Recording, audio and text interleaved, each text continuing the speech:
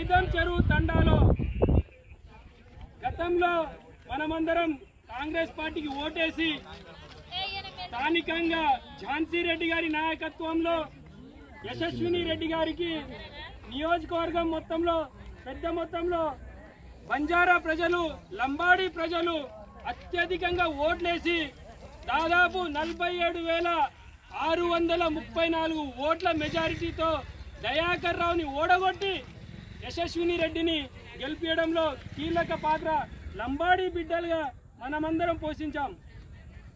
రేపు జరిగే పార్లమెంట్ ఎన్నికల్లో కూడా కడియం కావ్య గారి చేతి గుర్తు మీద అదే విధంగా ఓట్లేసి గెలిపించవలసిన బాధ్యత కూడా మన అందరి మీద ఉంది.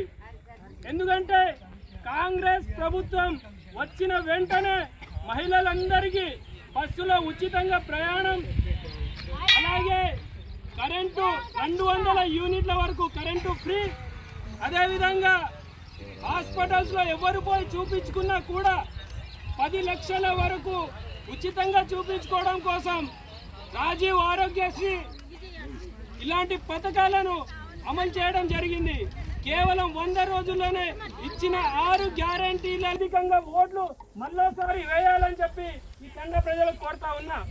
ఎందుకంటే గతంలో మన తండాకు గత పాలకులు దాదాపు 92 ఇండ్లు వస్తే ఆ ఇండ్లను ఇక్కడ కట్టియకుండా తొర్రూరుకి షిఫ్ట్ చేయించడం జరిగింది.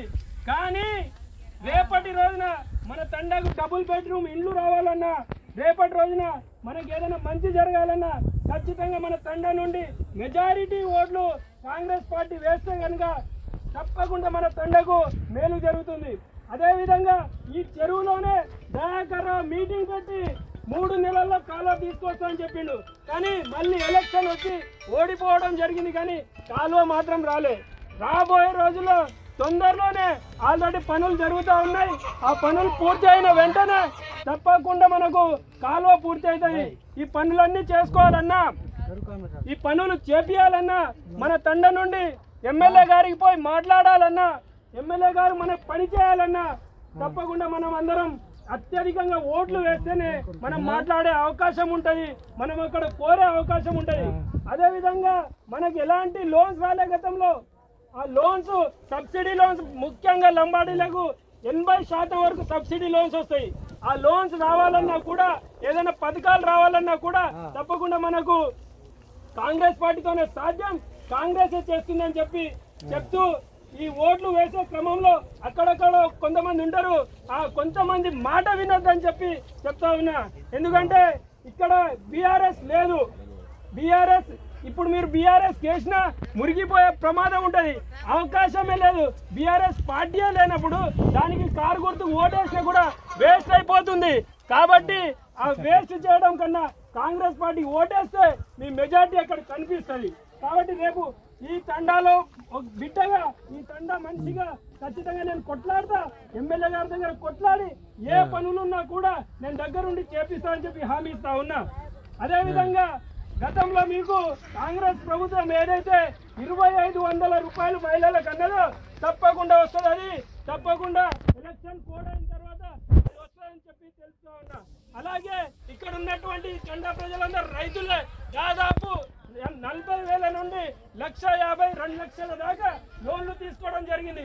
ఆ లోన్లన్నీ 100కు 100% ఆగస్టు 15 లోపు మీకు రైతు రుణమాఫీ జరుగుతుంది.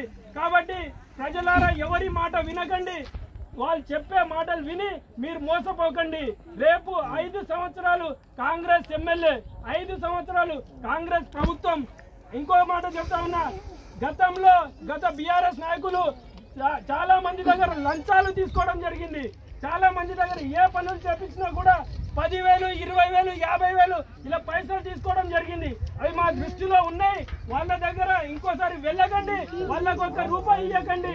మా నాయకులు ఎవరు వచ్చి కూడా లంచాలు అడిగినా కూడా ఎవరికి ఇవ్వద్దని చెప్పి కోరుతూ ఇక్కడ వచ్చిన మీ అందరికీ, ఈ అవకాశం కల్పించిన మీ అందరికీ ప్రత్యేకంగా ధన్యవాదాలు తెలియజేస్తూ జై కాంగ్రెస్, జై కాంగ్రెస్, ఝాన్సీ యశస్విని రెడ్డి గారి నాయకత్వం, ఝాన్సీ యశస్విని రెడ్డి గారి నాయకత్వం, చేతి గుర్తుకే, చేతి గుర్తుకే.